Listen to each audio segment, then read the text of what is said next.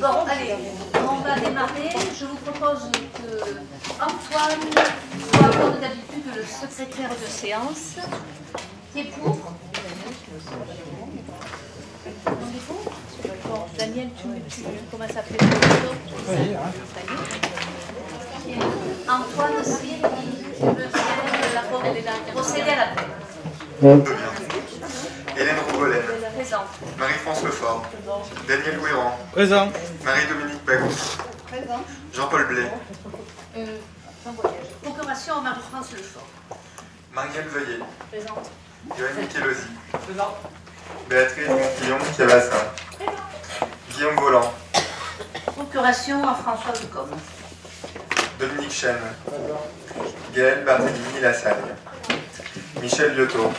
Alors, il sera en retard. Il est d'Index Association. Donc, il a donné pour temps de son retard procuration à Michel Liotto. Françoise Comoc.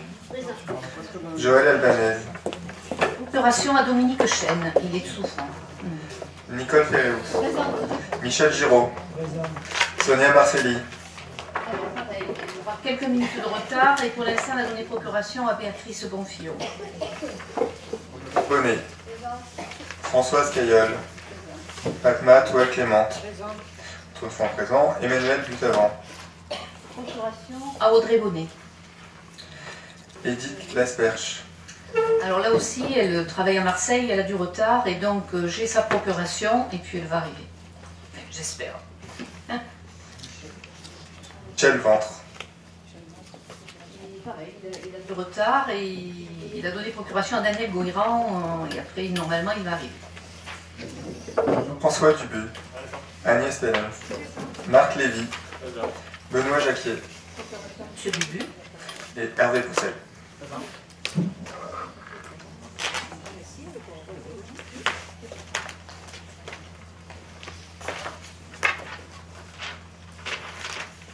Alors, dans un premier temps, le compte-rendu du conseil municipal précédent du 20 décembre.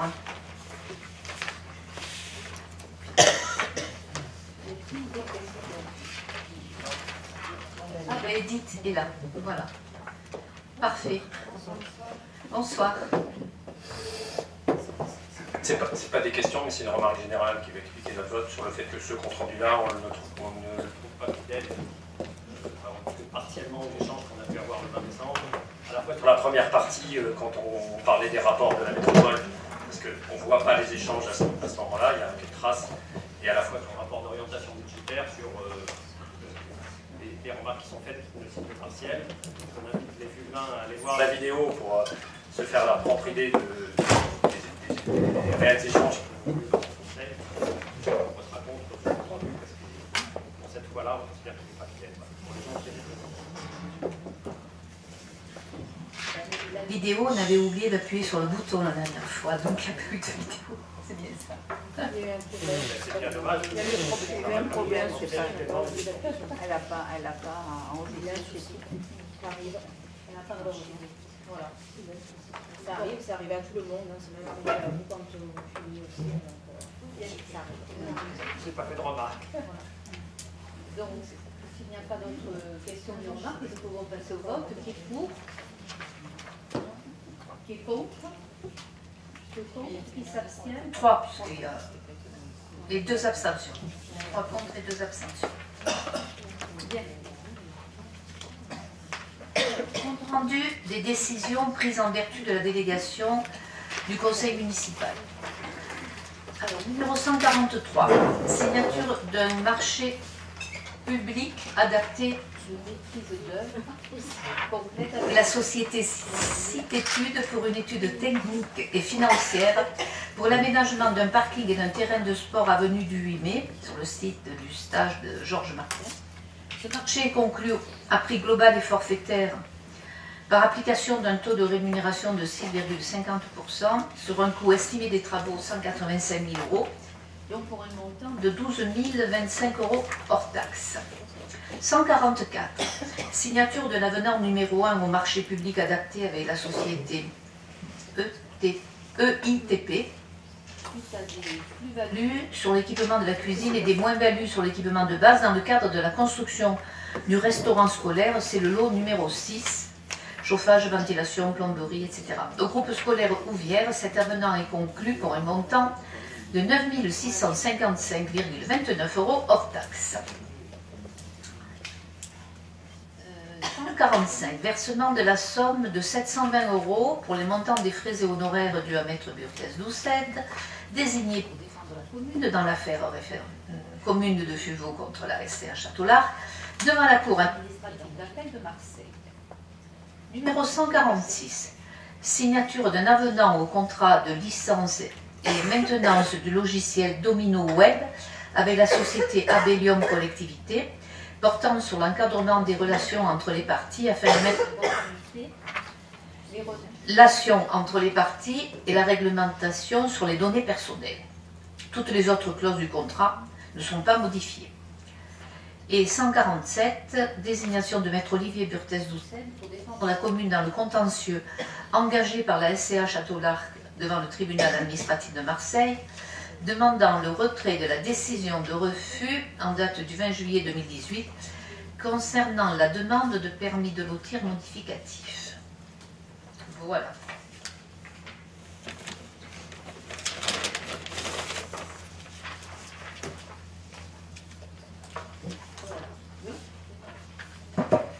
Sur la numéro 143, est-ce que vous pourriez nous donner un planning du parking et puis du terrain de sport? Voilà, aménager le parking et le terrain de sport.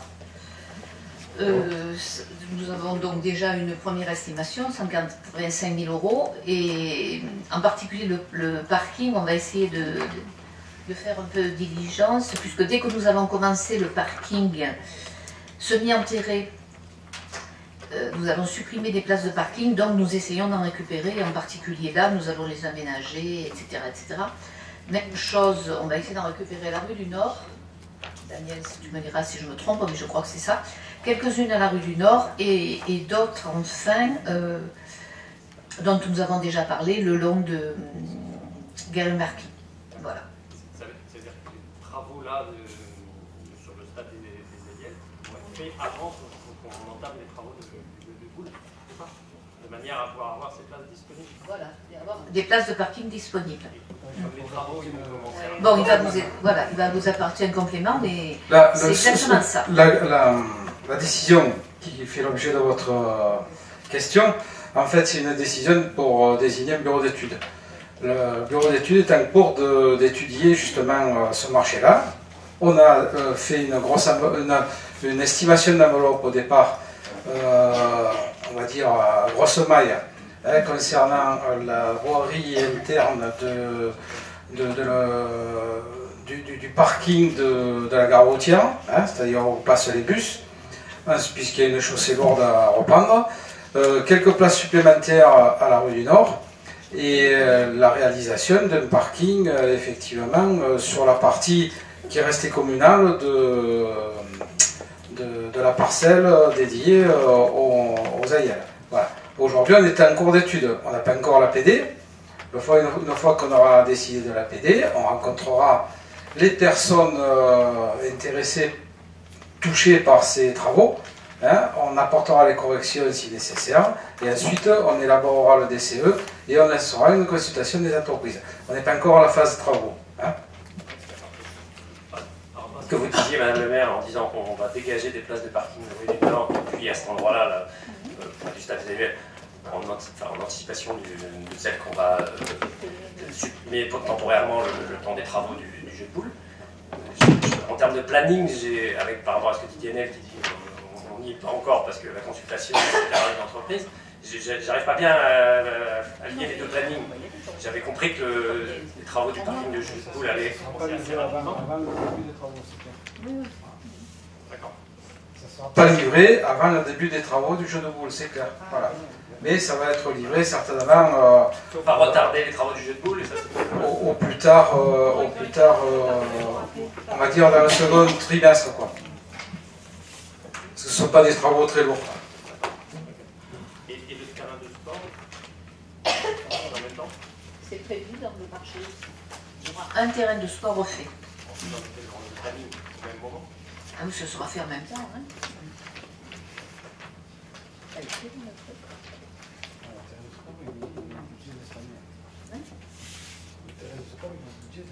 Oui, je sais qu'il était obligé de cette année. C'est pour ça que il était déjà au budget de cette année, donc c'est pour ça qu'il est dans le Le numéro 145, et puis sur, en lien avec la 147, est-ce que vous pouvez nous faire un point date des procédures en cours, des décisions de justice, où on en est de l'affaire Château-Larc sur l'ensemble des...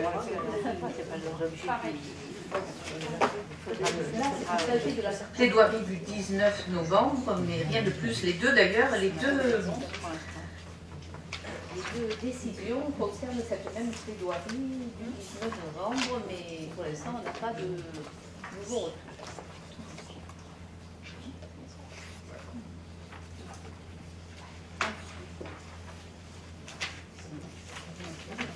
Oui, sur la 146, en lisant entre les lignes, on a l'impression que c'est lié au règlement RGPD. C'est ça.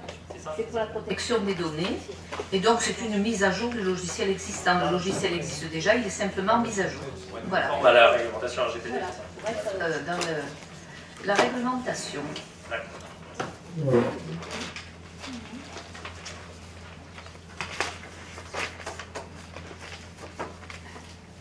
Monsieur Lévy, vous ne me posez pas de questions sur la 144.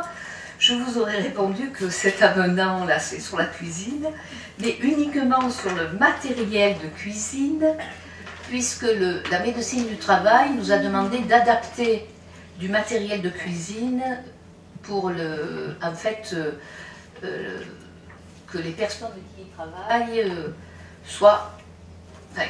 fassent moins d'efforts importants. Donc nous avons changé le matériel de cuisine suite au... Voilà, c'est plus ergonomique. Nous avons donc changé le matériel de cuisine suite aux recommandations du médecin du travail. Et voilà l'avenant qui est donc dû à ces modifications. C'est bon.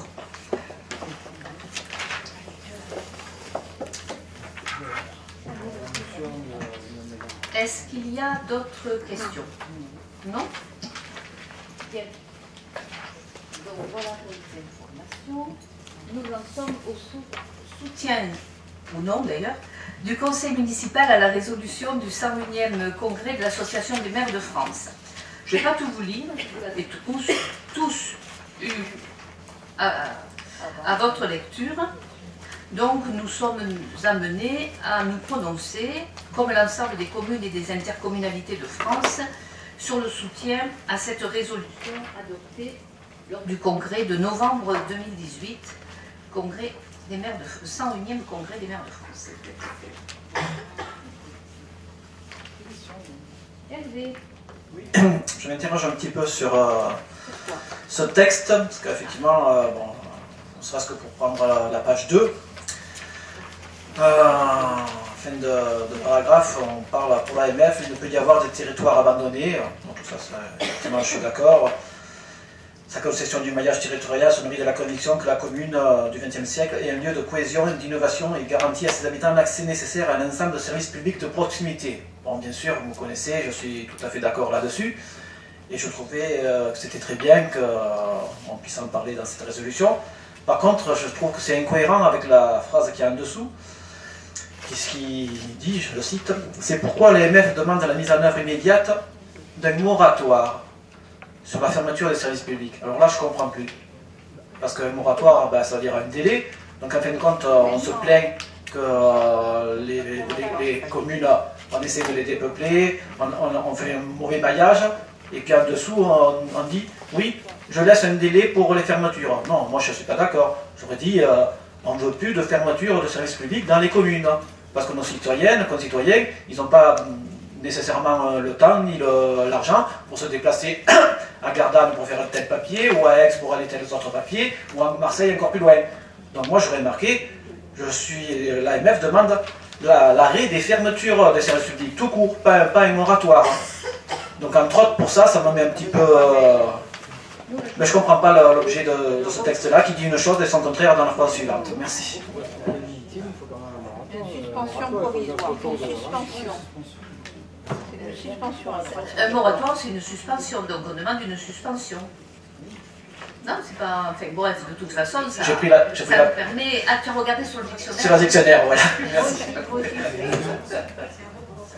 C'est un report. En fait, c'est un report. Et donc, ça permet aussi de regarder les services publics aujourd'hui, où il y a défaillance, et où on pourrait améliorer la situation. C'est ça l'idée.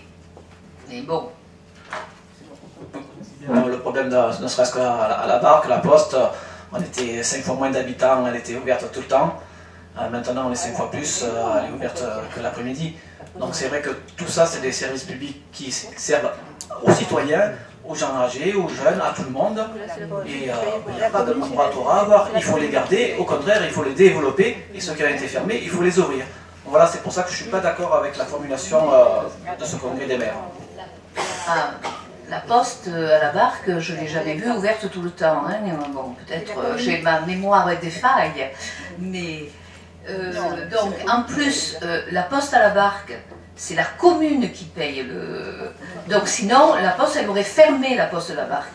C'est la commune qui paye une employée pour maintenir ce service. D'accord, c'est pour ça que j'aurais aimé que ce soit beaucoup plus moteur, ce texte-là. Je dirais franchement que au congrès des maires, ils ne se sont pas penchés sur le cas de la poste de la barque. Ici, ce qui nous intéresse, puisqu'on est le conseil municipal, c'est ce qui se passe dans notre commune. C'est nos concitoyens, et effectivement, moi je défends mes concitoyens. Et c'est nous aussi. C'est notre objectif.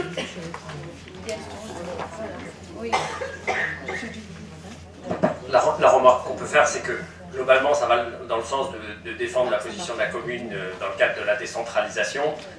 C'est vrai qu'il y a eu un certain nombre de lois et de décisions, en particulier la taxe d'habitation. Par exemple, une question dans la manière dont ça va être déployé au sein des communes, et que si ça peut permettre, si cette résolution peut permettre de replacer les bonnes questions au bon niveau pour permettre de trouver des solutions, en particulier avec les communes, pour justement pas mettre en porte-à-faux les communes, comme on a pu le faire parfois trop souvent. Je pense que c'est une bonne chose, si ça rouvre, c'est une manière de rouvrir le débat entre le gouvernement ou l'État et l'Association des maires de France, pour permettre de retrouver des solutions concrètes pour les communes sur le terrain. Donc, globalement, dans ce qui est écrit dans cette charte, ou dans cette résolution, on est plutôt globalement favorable.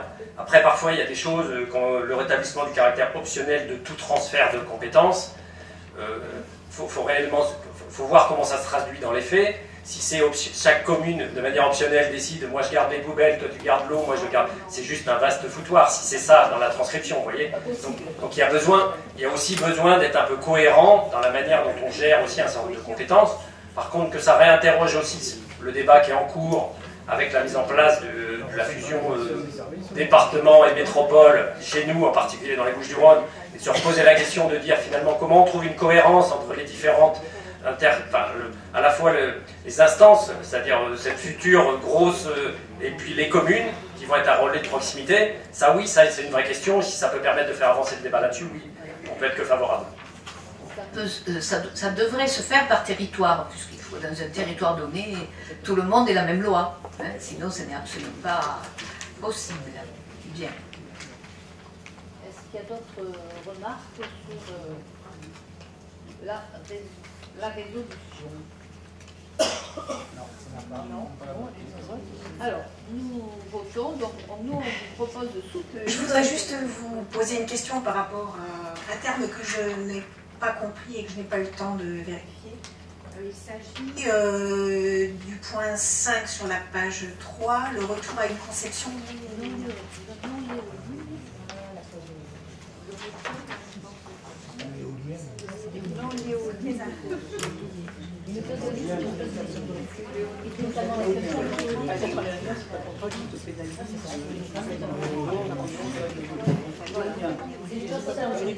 un terme juridique qui... Voilà, elle vous explique. C'est un terme de droit contraire. Bien, donc Nous allons voter. Qui est pour soutenir cette résolution? Bon, qui est contre? Qui s'abstient? Et nous allons commencer le show à Madame Bagous. Alors, nous allons voter les taux d'imposition des taxes d'habitation et foncière pour l'année 2019. Ils n'ont pas changé par rapport à 2018. Donc, les taux. Alors, comme annoncé lors du rapport d'orientation budgétaire du 20 décembre 2018, les taux d'imposition communaux resteront stables pour l'année 2019. Ainsi, il est proposé à l'Assemblée délibérante de procéder au vote des taux 2019, donc taxe d'habitation 19,50%, taxe foncière 21,02%, 0,2%, taxe foncière non bâtie 37%. Les bases fiscales pour la taxe d'habitation sont de 14 844 000 euros, pour la taxe foncière bâtie 10 800 000 et pour la taxe non bâtie 149 892 euros.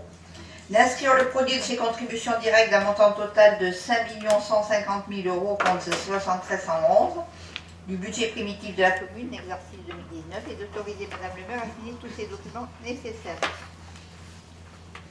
Des questions, Madame Bagous? Pas de questions? Donc nous votons. Qui est pour? Qui est contre? Qui s'abstient? Merci. On poursuit avec l'adoption du budget primitif des caveaux du cimetière. Ce n'est pas là que nous faisons des bénéfices. Hein. Nous les vendons au prix qu'ils nous comptent. À la demande du percepteur, on a pu faire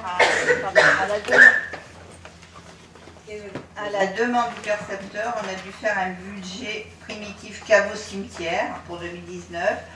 Donc, en section, le total des dépenses de section d'exploitation sont de 74 004 euros, avec des recettes à l'équilibre. En section d'investissement, 37 002, avec les recettes à l'équilibre. Donc, un total de budget de 111 006 en dépenses comme en recettes. Il vous est proposé d'adopter la délibération du budget primitif caveau cimetière pour l'exercice 2019 par chapitre en exploitation et par chapitre et opération en section d'investissement, et d'autoriser Madame le maire à signer tout document nécessaire. Je voudrais juste un éclaircissement sur ce qu'est la section d'exploitation et l'investissement au C'est niveau le fonctionnement et l'investissement. L'investissement, c'est l'achat de caveaux, et le fonctionnement, c'est l'entretien du cimetière. D'accord. C'est comme personnel, c'est courant. Comme le budget de l'eau. Pour l'eau, pour l'assainissement, voilà. Donc s'il n'y a pas de questions, Hélène, tu peux faire passer. Nous avons plus de demandes que de disponibilité au cimetière, donc malheureusement. Et en plus, cela devient métropolitain. Ah oui. Hervé, on n'a pas de cimetière à la Barque. Tu avais pensé à ça aussi? C'est pas ça que je voulais poser comme question, c'est qu'effectivement, donc il y a de nouveaux fioulins qui arrivent. Bon, ben, j'espère qu'ils resteront le plus longtemps possible en vie. Mais s'ils décèdent, ils vont se faire enterrer où alors? Mais il y a largement de la place pour créer d'autres caveaux. Tous les ans, on en crée, donc il n'y a pas de souci. Madame le maire avait dit que justement Non, il y avait... Madame le maire a dit qu'on ne Mais peut pas on vient d'acheter du terrain il n'y a pas très longtemps pour justement un agrandissement du cimetière. Mais ce n'est pas encore aménagé. C'est une prévision. Actuellement, on a suffisamment de caveaux pour répondre à la demande des fuvelins. Par contre, on n'accepte pas les extérieurs. Voilà. Alors qu'il faudrait les accepter puisque les cimetières deviennent Non, pas encore, métropolitains. Pour l'instant, on n'a pas encore voté, mais c'est dans le programme. Pour l'instant, on n'a pas encore voté. Parce que les maires ne sont pas très favorables à ce que les cimetières Bien. Donc, nous sommes à l'adoption du budget primitif du cimetière. Et on va voter? Voilà. Alors, qui est pour? Qui est contre? Qui s'abstient? Merci. Alors, nous passons au budget primitif de la commune. Bon, je pense que pour commencer, il y a un petit PowerPoint, non? Oui. On vous présente, je lis la délibération et on vous présente le PowerPoint ou enfin, comme vous voulez. Bon, je vous lis la délibération, comme ça, après le PowerPoint, vous pourrez poser des questions et on votera. Adoption du budget primitif de la commune, exercice 2019. Alors, le budget primitif de la commune pour l'année 2019 se présente comme suit, en fonctionnement, recettes et dépenses équilibrées à 10 685 942 €. En investissement équilibré en dépenses et recettes à 5 311 828, avec une gestion pour le compte de la métropole à hauteur de 45 989 € en recettes et dépenses, soit un total de 16 043 759 €. Il est proposé à l'Assemblée délibérante d'adopter le budget primitif de la commune au titre de l'année 2019 par chapitre en section de fonctionnement et par chapitre d'opération en section d'investissement. Donc on va vous présenter le PowerPoint. Alors l'environnement socio-économique, je vous le laisse regarder, hein, je ne vais pas vous dire les chiffres, comme ça le nombre de foyers fiscaux est de 5 413.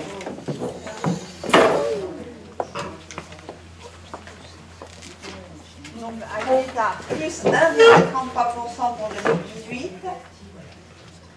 Le nombre de foyers non imposables, il augmente de 3,75% par rapport à 2018. Et le revenu fiscal moyen par foyer est à 32 553 €, soit 2,5% en plus par rapport à 2018. Vous voyez qu'on est au-delà des moyennes régionales. Je vous laisse regarder tout ce qui est dépenses réelles de fonctionnement, produits des impositions et comparer par rapport aux moyennes nationales.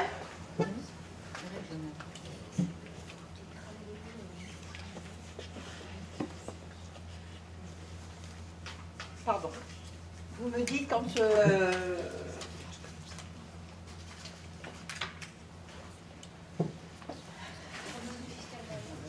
Quand on regarde, je voulais simplement ajouter, Dites-moi. quand on regarde les dépenses personnelles, contrairement à beaucoup de communes, nous avons des crèches municipales, c'est-à-dire personnel des crèches et personnel municipal, et nous avons une école de musique municipale. Alors que dans beaucoup de communes, ce sont des DSP ou des associations. Et un centre loisir, ce qui explique pour le 67% des dépenses par rapport à une moyenne régionale. Nous avons pris une moyenne régionale pour que ça soit plus parlant, puisque c'est vraiment plus proche de nous, 63%, 63,23%. Donc voilà. Donc le service public est bien assuré. Le service public est assuré. On voit que les dépenses d'équipement brut pour la population sont à hauteur de 474 €, pour une moyenne nationale de 368 €. Donc on a une bonne dépense d'équipement brut. Hein. Pardon ? Vous parlez de moyenne nationale et c'est écrit moyenne régionale. Non, régionale, je vous ai dit, on l'a fait régional, puisque je me suis trompée tout à l'heure en disant national. On a préféré prendre une moyenne régionale pour que ça soit plus proche de nous. Et la strate, c'est, on est dans les communes de plus de 10 000 habitants maintenant ? Totalement. C'est ça ? Oui. Vous savez qu'on est 10 000 et 400... 140, voilà, ouais, c'est écrit là. 149 habitants. C'est pas énorme. Hein. On a juste passé, quoi.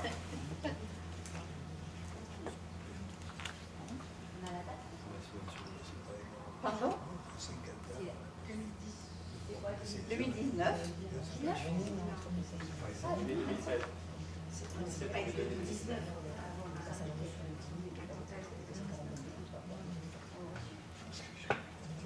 On peut passer ? Tout le monde a pris connaissance ? C'est l'INSEE qui nous a envoyé. Il n'y a pas eu de recensement, hein. C'est l'estimation de l'INSEE. Voilà, le prochain recensement sera en janvier 2020. Oui, tout à fait. Il n'y a que la poste qui n'a pas changé.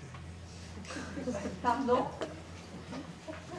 La vue d'ensemble du budget primitif 2019 de la commune, donc elle s'élève, comme on l'a vu, à 16 043 759 €. On a vu que, enfin, comme je vous l'ai dit précédemment, les dépenses de fonctionnement sont de 10 911 928, section d'investissement 5 684 772, soit un total de 16 596 700. La vue d'ensemble du budget, c'est ce que je vous ai lu tout à l'heure. Je vous le laisse, je ne voudrais pas redire les chiffres. Vous voyez qu'on travaille toujours pour la métropole à hauteur de 45 989 €. Vous avez le budget 2018 pour mémoire.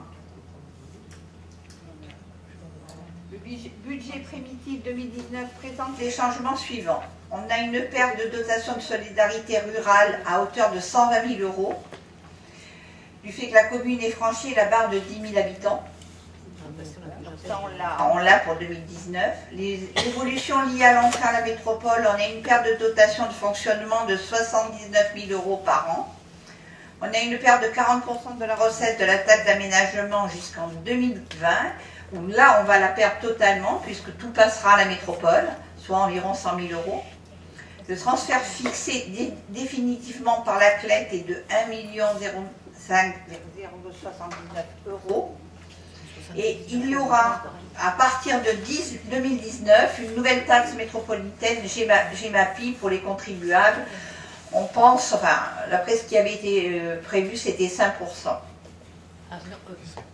Au Conseil de métropole, on nous a annoncé une taxe de temps par habitant. Oui, c'était à peu près ça. La gestion des milieux aquatiques et la prévention des inondations, oui. Ils avaient prévu, je crois que c'était dans les 5 € ou quelque chose comme ça par habitant. On pouvait aller jusqu'à 40 € par... Voilà, non, mais ils avaient prévu, c'est 5 €. C'était pas totalement... Ce qui fait que les gens qui ont beaucoup d'enfants, ils sont plus taxés. C'est ce qui remplace en fait la cotisation au sabbat. Enfin, qui n'était pas payé par les habitants, qui était payé par la commune. Oui, directement par la commune. Mais la création de la GEMAPI crée de nouvelles dépenses et donc il a fallu, la loi permettait de créer une taxe et donc cette taxe a été créée par la métropole. Alors que le sabbat était financé par la commune auparavant. Gestion pour le compte de la métropole d'opérations à hauteur de 45 989 € pour des investissements en cours. Alors le BP 2019 en fonctionnement, sa vue d'ensemble. En charge générale, on a 1 953 530, soit 18% du budget. Masse salariale, 5 950 000. Autres charges, 522 325. Charges exceptionnelles, 1 300 €. Atténuation de produits, 287 530 €. Et charges financières, 176 985. Soit un total de dépenses de réel de 8 891 670. Avec des opérations d'ordre à hauteur de 337 624 et un autofinancement de 1 456 648. En ce qui concerne les recettes, la recette des impôts et taxes de la commune est à hauteur de 7 320 908. On a en participation et en dotation 2 174 501. Revenus des locations, enfin des immeubles 86 000, produits des services 1 101 483 et autres produits financiers 3 050 €, soit un total de recettes réelles à hauteur de 10 685 942 et les recettes de fonctionnement équilibrent les dépenses à hauteur de 10 685 942. Pour ce qui est de l'investissement, alors le remboursement de capital de la dette sera de 549 038 pour des travaux à hauteur de 4 762 790, donc on verra le détail tout à l'heure.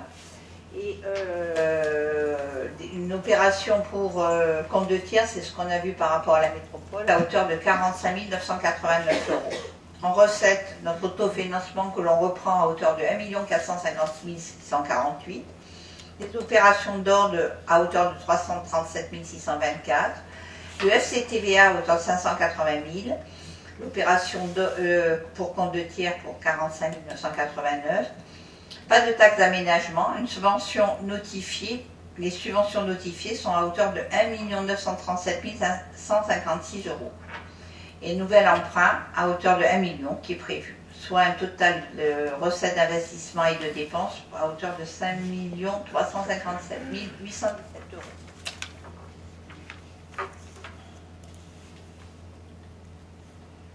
En section d'investissement, les dépenses 2019 sont estimées à 5 357 817. La commune poursuit la gestion pour le compte de la métropole en 2019 des compétences transférées. Donc je ne vais pas vous lire le détail de ce qui se passe, enfin tout le bas, hein, c'est les opérations gérées pour le compte de la métropole, c'est l'eau usée, le pluvial, la DECI, l'eau potable, voilà. Section d'investissement, les principales opérations d'équipement, nous avons 30 000 euros en patrimoine. En équipement sportif, 682 000 euros. En acquisition foncière, 123 000 euros. Flotte et véhicules. Flotte et véhicules, 138 000 euros. Bâtiment mairie, 5 000 euros. Bâtiments communaux, 408 837 euros. Autre opération, 19 900 euros. Aménagement, 1 817 531. Petite enfance, 482 150. École et enfance et jeunesse, 971 050. Environnement cadre de vie, 85 500 euros. La dette au 1er janvier 2019 est de 5 898 172 en emprunt non risqué, hein, soit moins 535 249 par rapport à 2018. L'encours de la dette pour habitant est à 656 euros. L'annuité par habitant est à 71 euros. La moyenne est à 846 euros pour une annuité de 108 euros par habitant.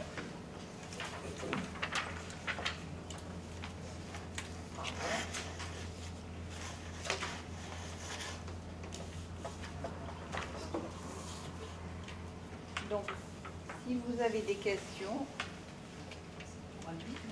on va rallumer, oui.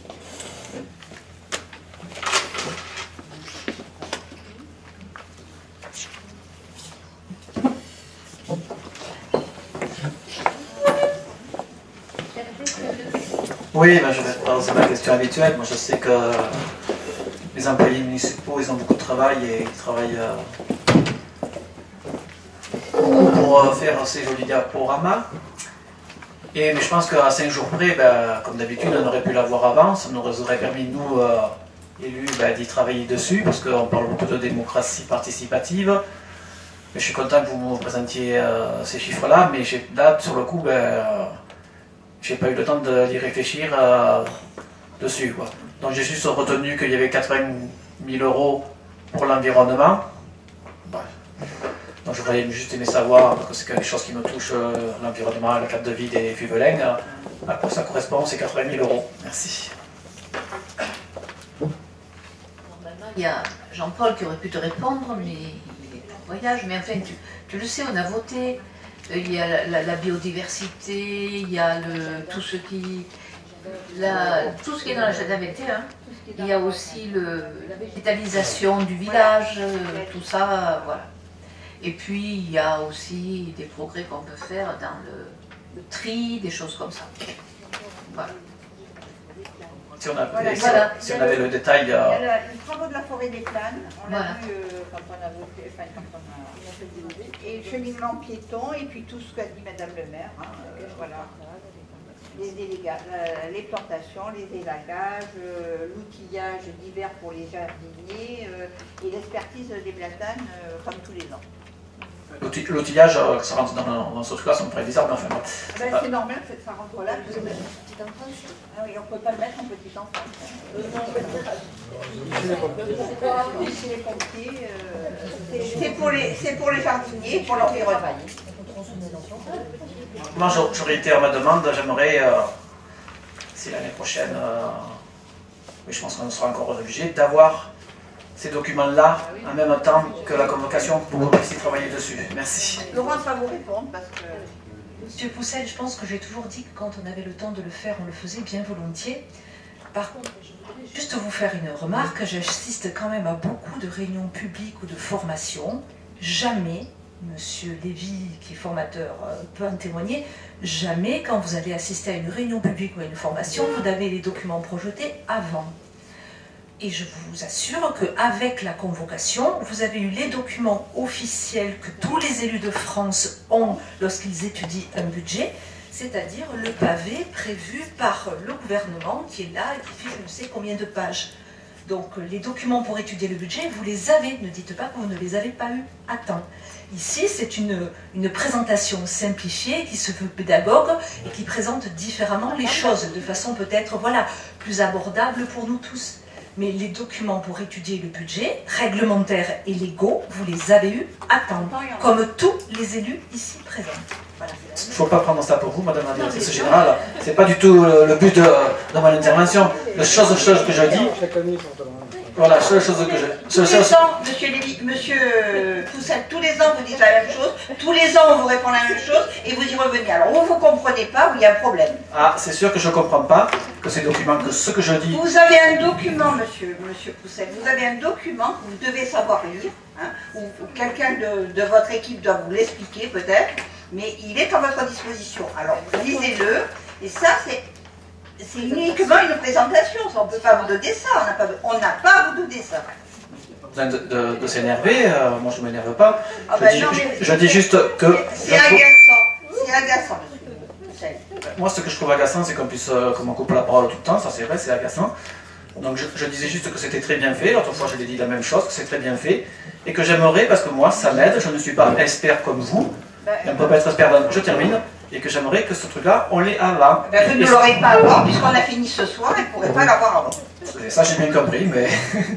Donc, je trouve que c'est dommage, c'est tout. Après, c'est votre choix. Et effectivement, je comprends bien que d'autres ailleurs, ils le font peut-être pas, mais ce n'est pas une raison, parce qu'ailleurs, ils ne le font pas, que nous, on ne peut pas le mettre en place. Voilà, on peut être aussi innovant et devancer les choses. Voilà, bon, après, c'est vous qui décidez, c'est vous qui avez... Voilà.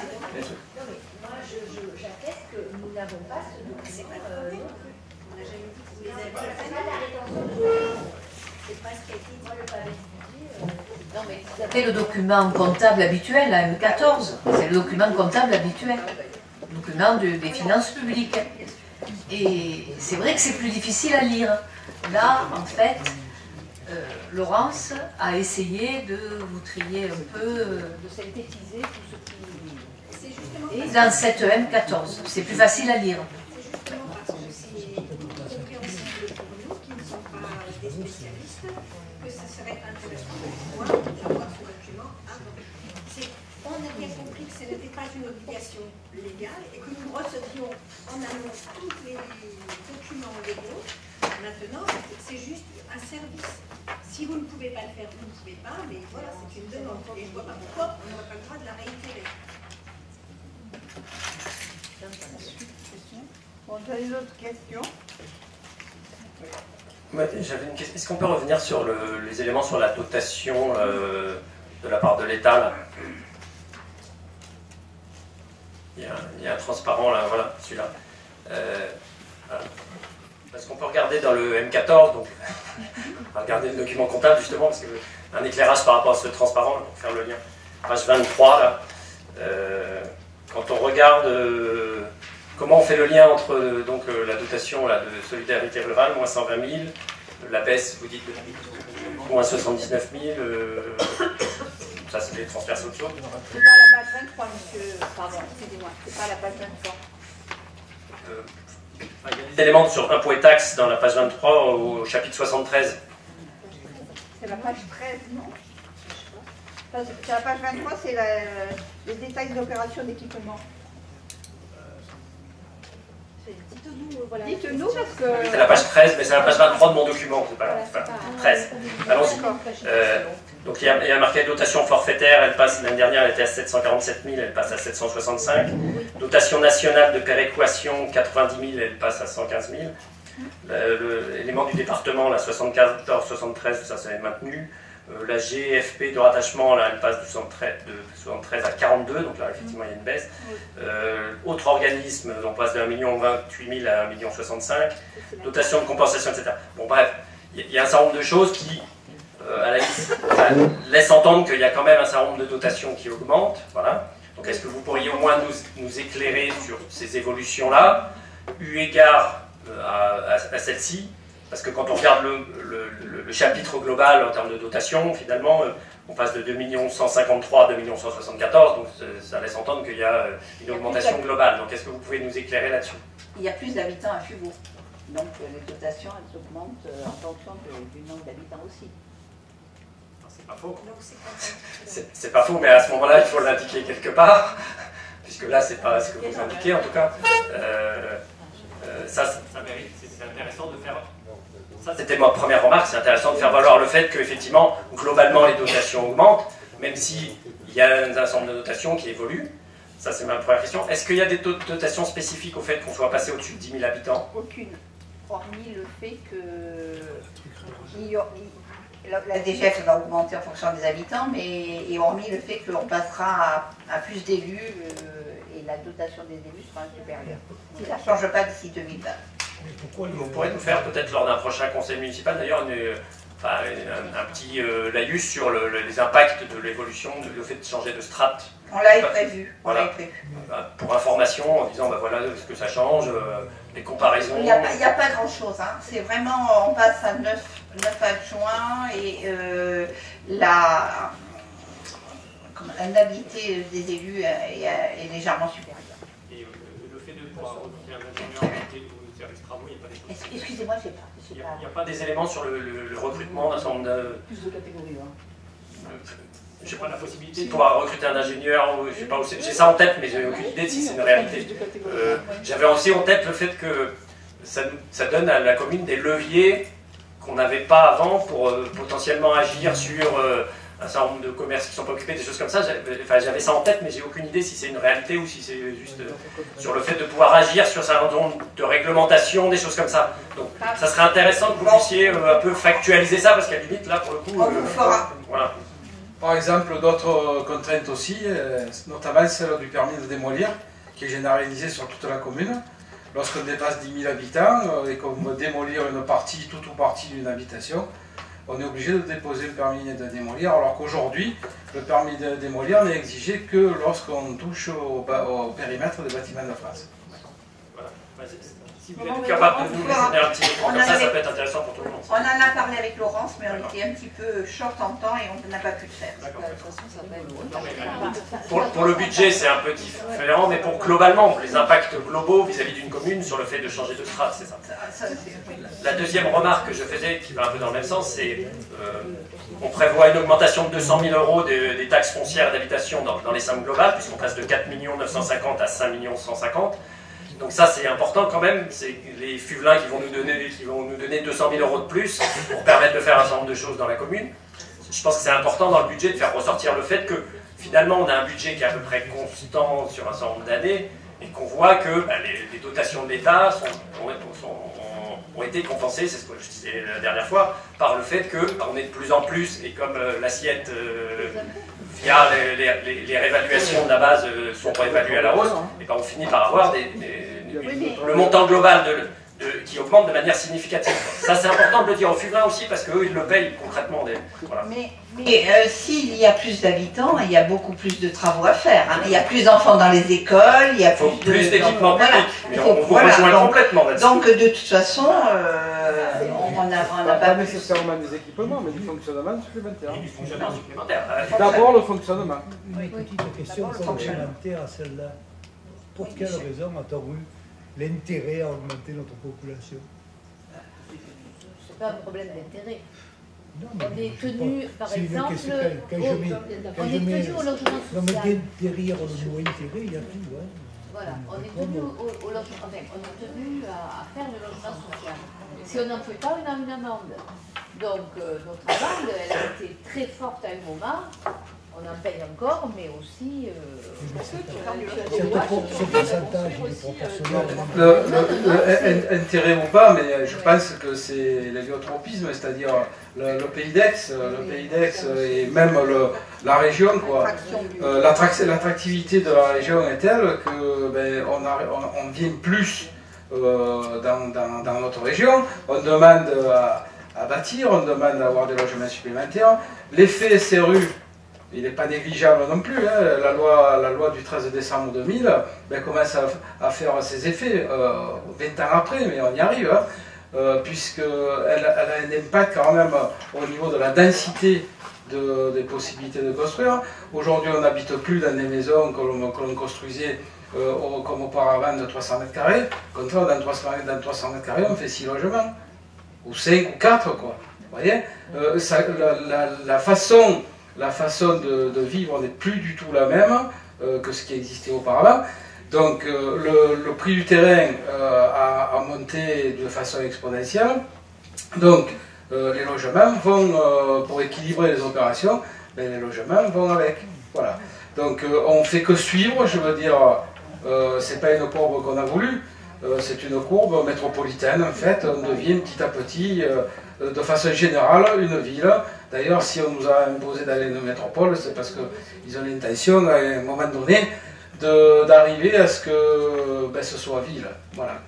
Donc, à plus long terme, hein, bien sûr, nous, ce n'est pas notre objectif, hein, puisque notre objectif, au niveau du PLAI, c'est de fixer à 13 000 habitants en 2035. Voilà. Mais on est obligé de suivre, mais toutes les communes, toutes, sans exception, ont leur population qui augmente. Même Saint-Estève-Janson. Elle est partie de 100 habitants. Il est à 149. C'est 50% d'augmentation. Je suis d'accord pour l'héliotropisme, mais effectivement, comme tu le soulignes, il y a des communes qui ont fait plus, qui a eu un pourcentage d'augmentation beaucoup plus élevé que d'autres. Donc c'est quand même après des choix politiques aussi. C'est des choix politiques nationaux à travers la loi SRU.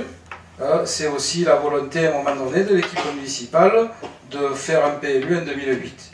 Hein, alors que les PLU des autres communes qui ont tout freiné datent d'à peine 2 ans parce qu'ils avaient, excusez-moi l'expression, le pétard sur la tempe.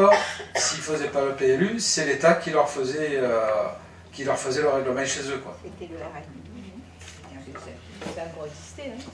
Moi, je pense il y avait des communes qui étaient au RNU, au règlement national urbain. Pour compléter ce que dit M. Guérin, moi cet après-midi encore, on était à une réunion où la métropole nous a parlé de ce que vous allez avoir à voter dans peu de temps, c'est le PLH, le programme local de l'habitat, c'est-à-dire qu'au niveau de la métropole, il y a, on va dire, un plan stratégique sur 4 ou 5 ans qui va obliger les communes à avoir des objectifs de construction de logements neufs libres, qu'ils appellent, donc privés, ou de construction de logements locatifs sociaux. Donc là, dans peu de temps, je crois qu'au mois de février et au mois de mars, en conférence des maires du CT2, donc d'abord du Pays d'Aix, puis après de la métropole, les élus auront à se prononcer sur ces objectifs qui sont déclinés commune par commune. Donc FUVO, on va dire, dans les 3 mois qui viennent, saura à combien il faut qu'elle s'engage à faire des logements pour respecter ce PLH, le PLH après qui s'impose au PLUI que va faire le CT2. Hein, voilà. Donc il y a toute une dynamique métropolitaine aussi. Hein. Voilà, moi je l'entends tout à fait parce que c'est en fait une logique aussi. La population augmente, on la répartit de manière très cohérente en fonction du territoire et ça sert entre autres à ça. Donc, quand vous dites le chiffre qui va être fourni et ça s'imposera à travers le PLUI à FUVO, on contribue bien à l'élaboration de tous ces éléments-là en faisant valoir nos intérêts, sans forcément dire on ferme les barrières et on met des murs autour de FUVO pour dire qu'on ne voudra pas un habitat supplémentaire. Je pense qu'on contribue quand même à alimenter la réflexion sur du PLH. Alors je ne sais pas dans quel instant, dans quelle commission vous êtes amené à participer, dans laquelle vous faites bien valoir le droit des communes, y compris la nôtre. Ça, vous pouvez peut-être nous en dire deux mots, mais le chiffre, il ne sera peut-être pas tout à fait celui qu'on affiche, mais on apporte bien des éléments de compréhension, contribue à la réflexion et à la décision finale. Donc, au niveau du PLH métropolitain, donc, il y a une réunion des PPA, des personnes publiques associées, qui va avoir lieu au Palais du Pharo le 12 février. Donc j'irai, il n'y a pas de souci. Par contre, les objectifs dont parlait Laurence, c'est un objectif par commune. Donc il y a un audit qui a été réalisé par les agences des pays, la gamme à Marseille et l'OPA à Aix, qui a été réalisé sur l'ensemble des 92 communes qui composent la métropole. Cet audit a catégorié les communes selon leur taille, leur superficie, leur quotient imposable. Enfin, il y a tout un tas de trucs qui rentrent en compte. En fait, ils ont fait des photos et ils sont arrivés à faire 7 catégories de communes. Donc, vous voyez, on a rassemblé en fait par paquet. Alors, FUVO, mais je n'ai pas encore eu le temps de regarder le tableau définitif qui concerne la commune de FUVO, je l'ai reçu hier, mais on va le regarder dans les détails. On est avec d'autres communes, pas nécessairement des communes à côté de chez nous. Hein. Ça peut être Tresse, comme ça peut être à Vilambesque, ou Venelle, que vous aimez bien. Mais il y a Lambesque aussi, j'aime bien Traite. Lambesque, ou Roquevert. Voilà, donc, non, on va rester quand même dans la cité 2. Et donc, ces catégories donnent donc, une forme de commune. Hein, environnement, tout rentre dans le pot. Ça, c'est les techniciens qui ont fait ça, avec des formules certainement très alambiquées, mais certainement qui doivent être proches de la réalité. Et à partir de là, on applique des objectifs à ces catégories de communes. À nous de dire, ok monsieur, on est d'accord avec les objectifs que vous nous présentez.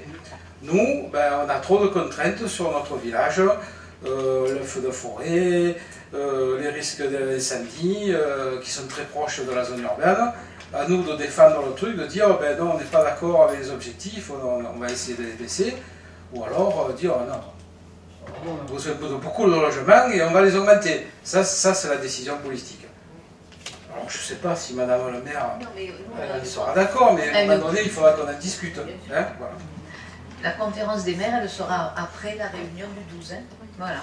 Puisque Laurent, c'était aujourd'hui une réunion des DGS. Parce qu'on réunit les DGS, on réunit les adjoints à l'urbanisme et on réunit les maires. C'est bien ce qu'il dit. C'est ça, c'est... En disant le débat, pour dire effectivement qu'est-ce qu'on veut, à partir de ces contraintes, de ce travail technocratique, entre guillemets, qui permet d'évaluer des scénarios, des choses comme ça, à un moment donné, c'est intéressant qu'il y ait le débat après de dire qu'est-ce qu'on veut faire de FUVO dans ces contraintes, dans ce cadre-là et dans ces contraintes-là. J'entends bien que les marges de manœuvre ne sont pas... Mais moi, je suis favorable à un cadre de contraintes global à la maille du territoire, justement, parce que ça évite de faire des villages gaulois dans lesquels ici il se passe ci, puis à côté il se passe ça, et puis on construit historiquement des ghettos, puis après on s'étonne que ça pose un certain nombre de problèmes. Le problème... Je pense que cette vision métropolitaine, elle a du sens. Après, il faut qu'on fasse valoir, nous, nos intérêts là-dedans, pour dire, oui, ok, on fera notre part du travail, mais la part du travail, on la fera en fonction de nos contraintes, et on fera valoir nos contraintes et nos exigences. Sauf à quel cadre ils vont nous mettre, quoi. Si on lisse un nombre de logements obligatoires à faire avec des commissions sur retour avec aiguille et véritables, je veux dire, allez mal, hein. Parce que comme ils ont 0 de logements sociaux, il va falloir qu'on en fasse pour eux, quoi. Voilà, vous comprenez? Donc, il y a tout ça aussi à discuter, voilà. Parce que le total, il faut arriver au total, mais après, les additions, hein, il faut que chacun prenne sa part. Et sa part en fonction de ses possibilités. Hein, on n'est pas opposés, mais on ne va pas faire du zèle non plus. Oui, parce qu'il est imposé au PLH, Daniel, un nombre de logements à l'hectare. Hein, c'est bien ça, Daniel. Et nous, on était toujours... On n'était jamais dans ce cadre-là. Parce que c'était vraiment... Ça va être un nombre de logements à l'hectare? Ah oui, ben, ça va être. Le PLH, il est à la dimension de la métropole. Oui. Et en fait, c'est descendant, c'est-à-dire que c'est à la base un objectif national qui redescend sur les métropoles et agglos. Oui, Et puisque et au final sur les communes. à la base, le premier du CP2 s'était fait retoquer justement parce que le préfet, le premier PLH fait par la communauté du Pays d'Aix avait été retoqué par monsieur le préfet parce que les objectifs affichés n'étaient pas assez ambitieux. Et le préfet a dit au Pays d'Aix, vous revoyez votre copie, vous n'affichez pas assez de logements à venir, à construire. Quoi. Voilà. Simplement, justement, on va terminer là-dessus parce qu'on est en budget. Simplement, c'est que le PLH, l'objectif du PLH aujourd'hui à la métropole, ça a été de prendre les objectifs de chaque conseil de territoire et d'afficher ce chiffre-là. Mais comme la plupart des conseils de territoire ont donné un chiffre, alors je ne vais pas dire faux, mais vraisemblablement vrai, hein, parce qu'il fallait être bien avec le préfet, mais on savait qu'on n'allait pas le réaliser, vous voyez, c'est un petit peu le serpent qui se mord la queue, quoi, voilà. Comme disait Daniel, il y a des maires réfractaires. Ventabrin et Guy, on ne peut pas leur entendre. Ils ne veulent pas entendre parler de logements sociaux. Non, mais c'est un exemple, mais il y en a d'autres. Hein. Mais il y en a d'autres. Ils ont quand même signé. Oui, ils ont signé un contrat de mixité sociale.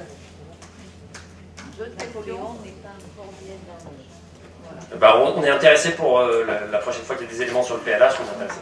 Ça marche, merci. On vous les dira parce que je crois que tous les élus qui sont au conseil de territoire sont là pour défendre Fugo et le font très bien depuis plusieurs années déjà. Et c'est bien comme ça qu'on l'entend. C'est même plus facile au conseil de territoire qu'au conseil de métropole parce qu'en fait, quand on va arriver en conseil de métropole, je pense qu'on aura déjà travaillé par territoire. Et là, c'est quand même, on est moins nombreux, on s'écoute plus, on se connaît mieux et ça avance plus vite. On revient au budget. J'ai quelques questions techniques sur la partie fonctionnement, là, juste pour des éléments d'explication, pour nous expliquer un peu les évolutions. Page 10.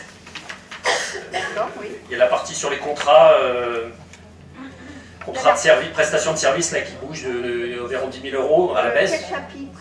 Pardon, le 611. Le 611. Dans le chapitre 11, le 611. On baisse d'environ de 25%, de 10 000 euros, là, alors, c'est quoi derrière? C'est l'éclairage public, le contrat d'éclairage public qui a baissé.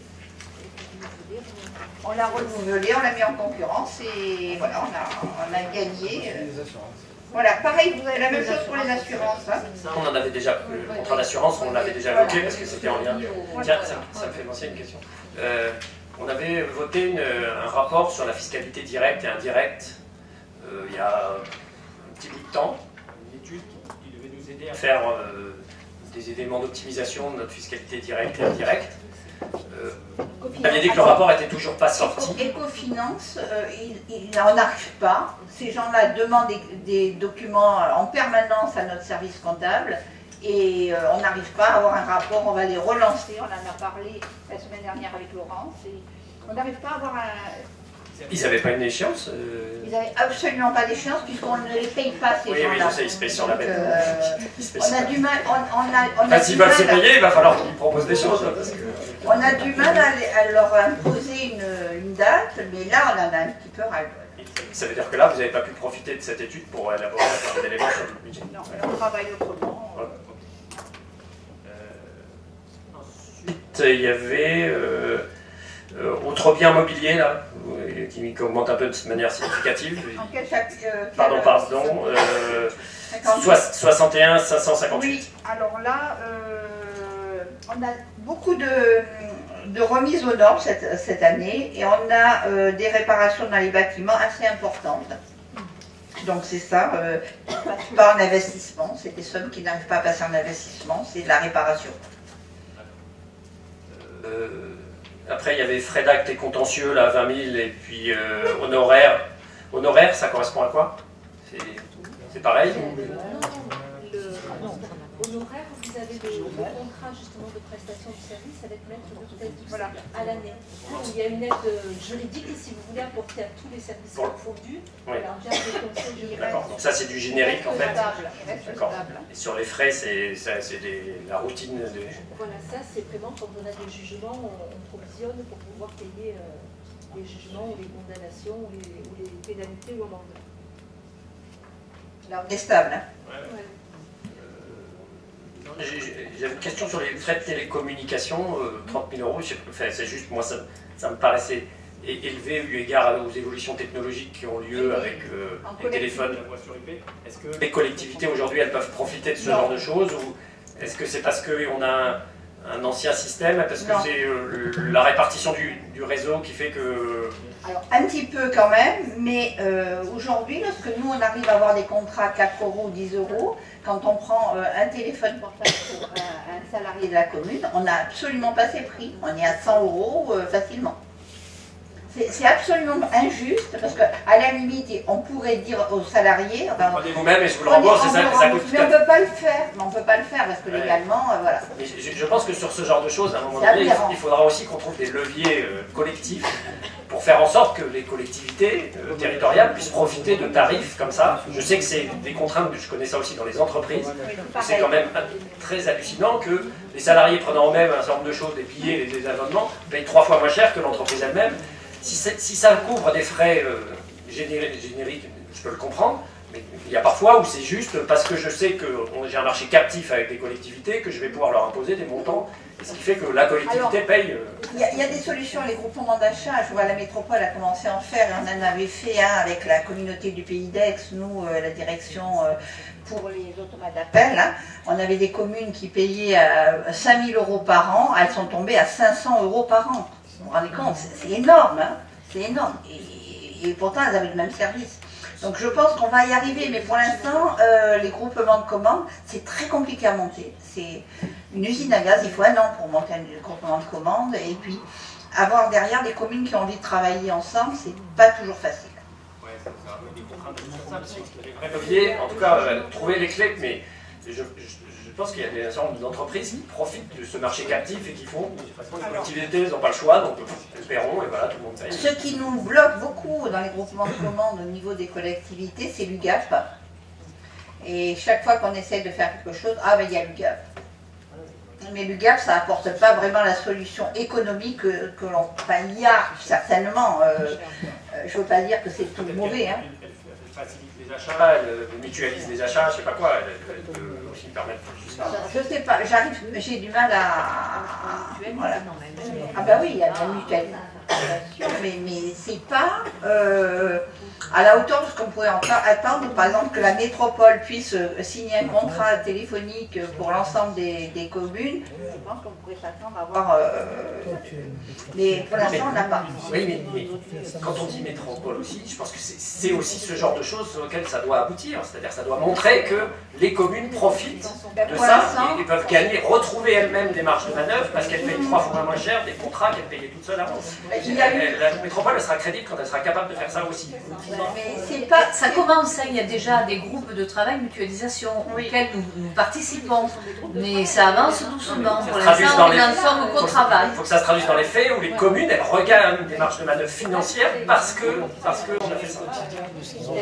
Alors, si vous voulez, il y a du travail au niveau de la métropole. Par exemple, actuellement, chaque commune et chaque conseil du territoire avait un marché météo. Aujourd'hui, on travaille sur un marché météo métropolitain. Donc il y a du progrès, mais c'est pas... Voilà. Aujourd'hui, la mise en place... Voilà. La mise en place de la métropole s'est fait un petit peu dans la douleur et pour l'instant on n'est pas prêt. Le travail qui aurait dû être fait en amont n'a pas été fait et aujourd'hui on a 4 ans de retard. Hein. On sera prêt dans 10 ans. Alors, Johan a une question. C'est pas une question, c'est juste une petite précision. Effectivement, la somme au budget est très élevée, mais je veux vraiment insister sur le fait que c'est les tarifs qui sont chers et qu'on n'a pas une flotte de communication. Non, je sais que c'est pas ce que vous avez dit, mais je préfère le préciser pour ceux qui verraient la vidéo ou pour ceux qui liraient les comptes rendus. La flotte n'est pas immense, on a de nombreux agents qui utilisent leur propre téléphone, qui ne sont pas alimentés en téléphone portable. Je sais bien, je le précise pour la vidéo ou pour le compte rendu, et y compris les élus, on n'a pas de téléphone. Le téléphone d'astreinte, c'est un téléphone unique qui se passe d'élu en élu chaque semaine pour assurer l'astreinte. Une question sur la loi SRU, là, il y a eu un échange à un moment donné, vous avez dit qu'elle avait été fixée pour plusieurs années, c'est ça? Donc le montant, alors on voit 277 530 là, c'est ce montant précis et sur plusieurs années? On fait des déductions par contre. Non, le montant initial, on va dire. Le montant initial, il est de ce montant-là. Et celui-là. Sur Mais combien chaque d'années? année, nous sommes reconvoqués devant le... Non, c'est pas une fois. Voilà. Mais nous sommes allés il y a longtemps, mais c'est effectivement ce que nous payons. C'est par période triennale en fait. Avec la loi, la personne qui était avant Madame Cosse, c'était, je me souviens plus. C'était notre ami. Bon, en fait, qui avait fixé Duflo, voilà, qui avait fixé en fait un objectif à 2025 pour la réalisation du parc manquant. C'est-à-dire qu'en 2025, toutes les villes de France et de Navarre qui n'ont pas leurs 25% de logements sociaux devraient y arriver en 2025. Voilà. Ça, c'est écrit sur papier, c'est la loi. Maintenant, bon, c'est un petit peu difficile à réaliser. Voilà. Ça veut dire, et à mesure qu'on approche cette date butoir, l'objectif pour chaque commune qui est en déficit ou en carence, il augmente. C'est-à-dire que ça marche par période triennale, c'est-à-dire que les derniers 3 ans, c'est-à-dire de 23 à 25, les communes qui n'auraient pas réalisé leur quota de logements sociaux, il faudrait qu'ils réalisent 100% en 3 ans. Vous voyez? Voilà. Donc, on n'est plus autorisé à construire autre chose que du logement social, en fait, c'est en grande carence. En fait, chaque période triennale, on a le pourcentage d'objectifs qui augmente. C'est pour ça que là, on est à 30%, je crois, hein, sur cette triennale. Nous en manque 841. Et quand nous aurons construit, il nous faudra encore construire 25% des 841. Ça devient Et ensuite, ça s'appelle une suite. Mais ça, le préfet, il ne nous demande pas de faire 800 logements. Je n'ose pas imaginer que le préfet décline juste la loi SRU en disant oui, faites 800 logements à Fugon. On a des objectifs. Non, ça oui. Mais je pense qu'il est conscient aussi du territoire et de la capacité du territoire à absorber des logements. Il applique la loi, il demande, le préfet, c'est le préfet, hein, et lui on lui dit c'est temps, et il nous dit c'est temps, c'est tout. Alors, le préfet précédent avait mis sur la table ce qu'on appelait des CMS, des contrats de mixité sociale. Donc il y a pas mal de communes qui ont signé ça, puisqu'il s'était dit, ce préfet-là de région, il s'était dit, il vaut mieux que les communes réalisent leur potentialité plutôt que de ne pas en faire du tout. Voilà. Donc c'est pas. Mais par contre, démarche, justement. Oui, sauf qu'il s'est fait retoquer par le gouvernement. Hein, ce qui a dit la loi, c'est pas ça. Hein, voilà. D'accord. Donc aujourd'hui, ils se sont fait un petit peu ceux qui utilisaient les CMS, ben, ils se sont fait un peu taper sur les doigts. Quoi. Donc il reste toujours dans l'air que l'objectif principal est quand même de réaliser à terme les 25% des résidences principales affectées au logement social. 841, hein, voilà, c'est le chiffre. C'est le chiffre à Fugon. On a été à 1000 à un moment, donc on a fait quelques progrès. Ça veut dire 2368. Voilà. Bien. Est-ce qu'il y a encore des questions sur le budget? Question, je la mets du travail. L'année dernière, il n'y avait pas de budget, et cette année, ça correspond à quoi les 10 000 euros, s'il vous plaît?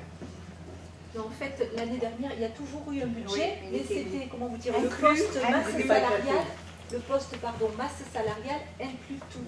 Là, on a essayé de l'éclater un peu, mais en gros, c'est 10 000 euros par an à peu près. Hein. C'est une visite médicale, je crois que c'est 65 euros par agent et par an, voilà. Hein, c'est forfaitaire, voilà, par le centre de radio. S'il n'y a plus de questions, nous allons passer au vote.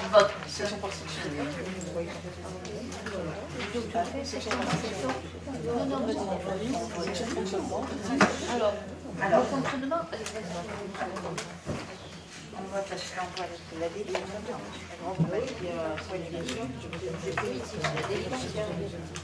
C'est celui qu'on a dit.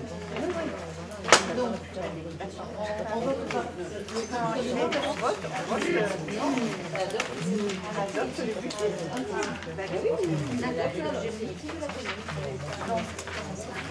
On vote en recettes de fonctionnement et en dépenses à hauteur de 10 685 942 € pour FUVO, le budget de FUVO. En investissement, 5 311 000 équilibrés en dépenses et 828 équilibrés en dépenses et recettes, soit un total 16 043 759. Je rappelle les 45 989 € en gestion pour le compte de la métropole.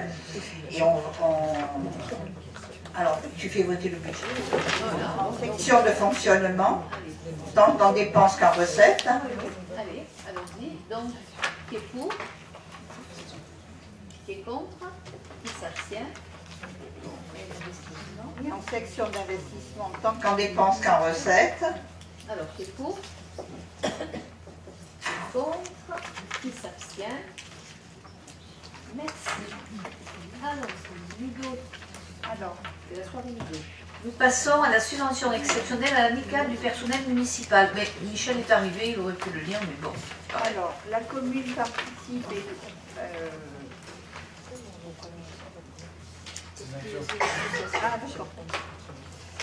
Donc, il s'agit de la subvention à l'amicale du personnel. Comme tous les ans, on leur consacre pour l'achat des jouets des enfants de 0 à 14 ans 2 900 € et la participation au spectacle de fin d'année pour 1 400 €. Il est proposé à l'Assemblée délibérante de répondre favorablement à cette demande, sous réserve toutefois de délibérer chaque année de façon spécifique sur le montant des prestations d'action sociale à verser sous forme de subvention à l'association amicale du personnel municipal, de contrôler annuellement que les sommes versées ont bien été utilisées aux fins utiles initialement prévues. C'est le cas jusqu'à présent. On a une amicale qui fait un très bon travail et voilà. Pas de problème avec l'amicale. Donc on peut voter, sauf s'il y a des questions. C'est une vraie amicale. Oui. Il n'y a pas de souci sur le fond, c'était juste parce que voter maintenant pour Noël 2019, c'était juste étonnant de le faire maintenant, mais tant mieux. On le fait. Tant mieux, ce sera fait. Non, mais pour eux, ils achètent certaines choses en solde, donc il est très important d'avoir les budgets au début d'année. Aucun souci. Voilà. Qui profitent des soldes, ça permettra de faire des plus gros cadeaux. Voilà, c'est ça. C'est comme ça qu'ils font. Et les spectacles, c'est très difficile à les avoir, donc plus ils ont de l'argent tôt, plus ils peuvent s'impliquer rapidement. Donc on passe au vote. Qui est pour? Merci. Ensuite, encore Ludo, réduction exceptionnelle pour participation pour voies et réseaux. Parce que la personne avait payé 2 fois. Alors, cette personne, elle a été soumise une première fois à la PVR et une deuxième fois à la taxe d'aménagement. Donc, c'était pas logique. Donc, on fait la proposition suivante. Madame Vitalis paye la taxe d'aménagement qui lui est demandée. Donc, et par contre, on réduit son titre de la taxe du montant de la PVR. Donc, la commune... dans un an, en fin d'année 2019, sollicitera les 50% restants, soit 9 400 € à Madame Vitalis. Aussi, il est proposé à l'Assemblée délibérante de réduire le montant de la participation de voirie et réseau PVR due par Madame Vitalis de 6 381 € et d'autoriser Madame le maire à signer tout document nécessaire. Des questions? Oui, juste de compréhension. Et pourquoi elle a payé 2 fois? Parce qu'il y avait un système auparavant qui s'appelait la PVR, participation pour voies et réseaux. Elle n'avait pas construit, je pense, à ce moment-là. Et maintenant, c'est la taxe d'aménagement qui, en plus, va à la métropole. C'est l'administration qui a fait. Voilà. Voilà. Depuis 2015, les PVR n'existent plus. Voilà, c'est ça. Et elle l'a fait payer quand ils lui ont quand même. Oui, ben, il y a eu une. Vous savez, l'erreur est humaine. Hein, et il y a eu voilà. Compréhension. Voilà. Donc cette dame n'était pas très contente, c'est normal. Donc Hélène, tu fais voter? Voilà. Donc, Et d'autres questions? Non? Allez, on vote. Qui est pour? Merci. Ensuite, Daniel Emido, l'approbation de l'avenant numéro 1 à la convention de transfert temporaire de maîtrise d'ouvrage entre la métropole Aix-Marseille-Provence et la commune de Fuveau relative aux opérations des réseaux humides de Louvière. Alors ça, c'est les fameux contrats où quand il y a un emprunt, la commune à la métropole. Voilà, c'est un avenant entre la commune et la métropole au niveau du PUB, puisque les projets urbains partenariaux sont de compétence métropolitaine. Donc en fait, le PUB a été créé par la commune, mais il a été repris en gestion par la métropole. Et la métropole nous a délégué, donc par maîtrise d'ouvrage délégué, nous a délégué les travaux, hein, puisqu'on avait enclenché les marchés publics. Donc il s'agit d'un avenant à l'enveloppe de départ. Donc vous l'avez au recto de la... non, à la page 2, vous l'avez. Voilà, vous avez donc une correction à effectuer pour l'enveloppe d'un montant de 24 350 €,40 €. Voilà, donc il s'agit d'approuver l'avenant numéro 1 annexé à la convention de transfert temporaire de maîtrise d'ouvrage entre la métropole Aix-Marseille et pour le site de Louvière. Il s'agit essentiellement des réseaux d'eau et d'assainissement pour lesquels nous ne sommes plus compétents. Voilà, c'est une compétence transférée. Des questions. Voilà, des questions à Daniel. Si on comprend bien, c'est comme un problème d'avenant classique dans un marché. Là, on doit juste passer par cette traduction liée au fait que la compétence elle est partie à la métropole et qu'il faut acter cet avenant à travers cette décision-là. Ça correspond à ça? En théorie, on ne devrait pas faire... Non, c'est pas un avenant, c'est un travail que l'on fait pour la métropole parce qu'ils n'ont pas pour l'instant les compétences et le personnel pour le faire. Donc on se substitue à la métropole pour faire ce travail et donc on a en contrepartie signé une convention pour faire. C'est le principe de reprendre la compétence pour faire Voilà. la place de... Voilà. Et là, l'avenant, l'histoire de faire payer, on doit payer un peu plus. C'était lié à quoi le fond? C'est essentiellement l'eau et l'assainissement. Oui, ça j'ai compris, mais l'initial, c'est on a oublié une partie du réseau, c'est le fonds de technique qui amène à dépenser 24 000 € en plus, c'est ça ma question.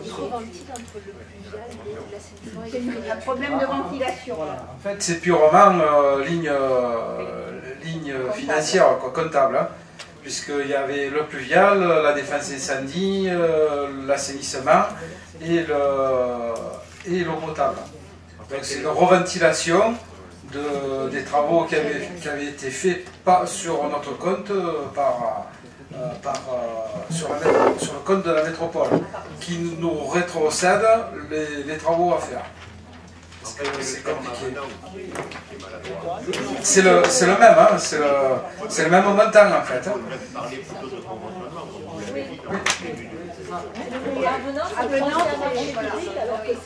Par contre, la convention elle était initiale, donc on fait un avenant à la convention pour ventiler les dépenses en fait. On comprend qu'en fait on a oublié 24 000 € d'une partie du réseau et qu'il faut faire un avenant. Non, pas du tout. C'est à l'intérieur. On rajoute, c'est pour ça qu'ils appellent ça avenant. On rajoute quelque chose à quelque chose.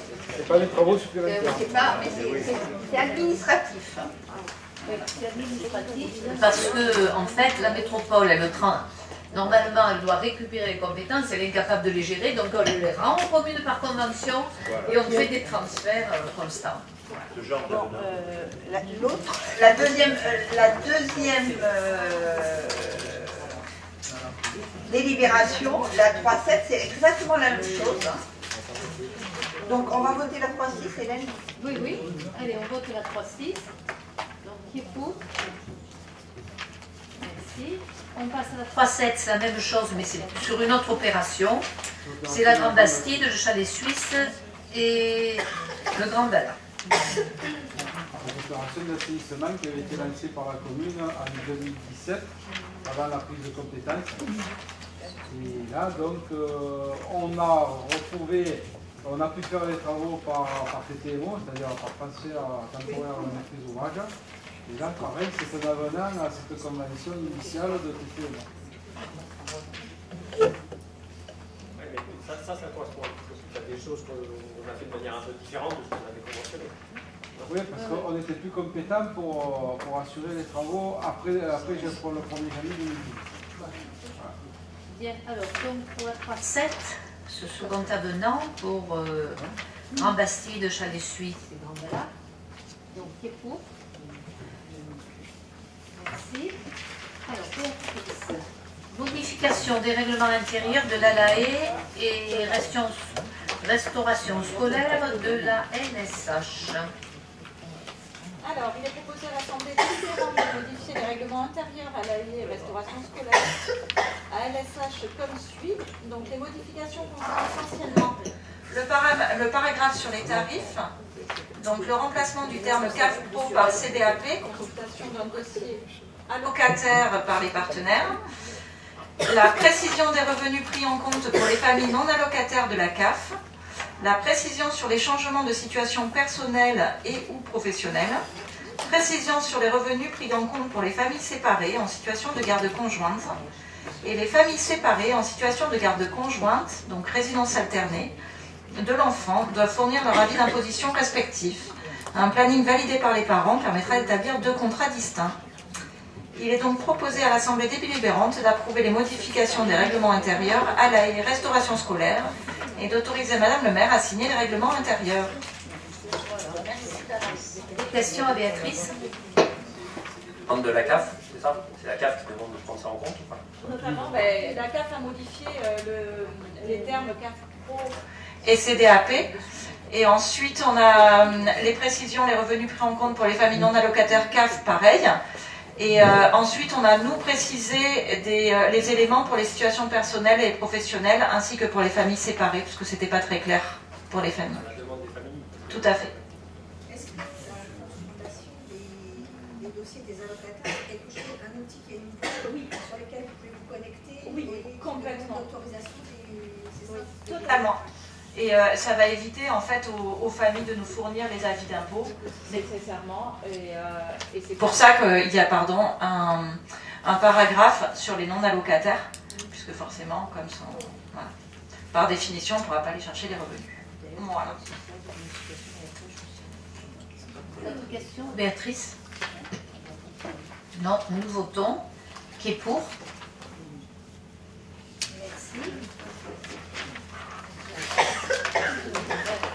Pour répondre à une question orale sur l'eau à laquelle nous n'avions pas répondu. Il y en avait aussi 2 autres, des questions. Il y en avait une sur le système réseau pouce, là il y en avait une sur le retour des conseils métropolitains. On a mis sur le site de la commune. Voilà. Sur le site réseau pouce, bon. On a mis un lien sur le site internet de la commune. Oui. On avait répondu avec la métropole et vous savez quand vous l'avez vu. Le dernier conseil.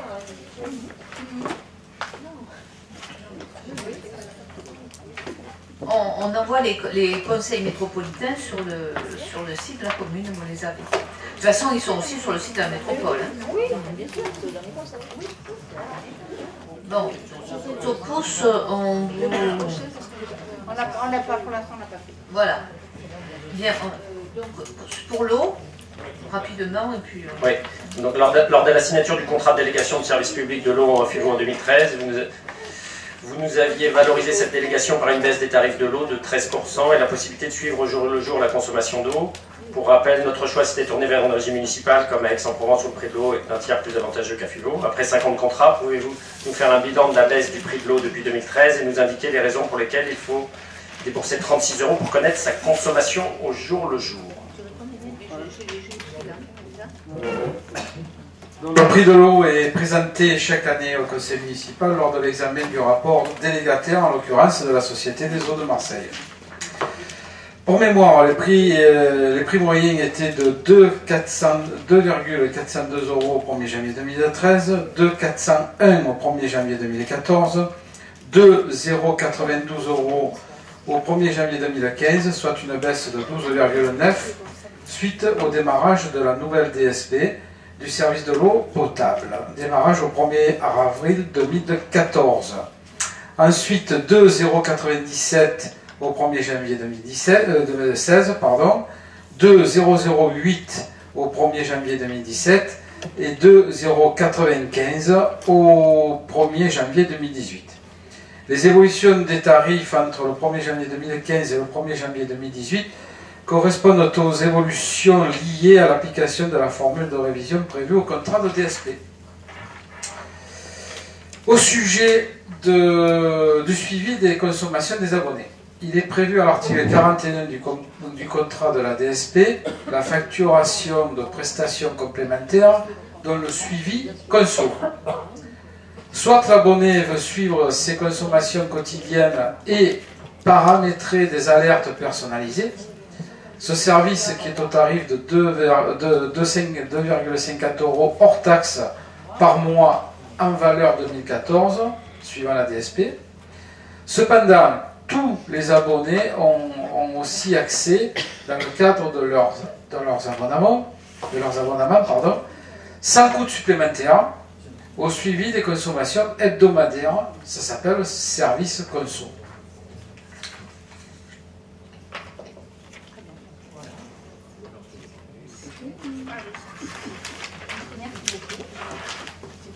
Merci à tous et bonne soirée.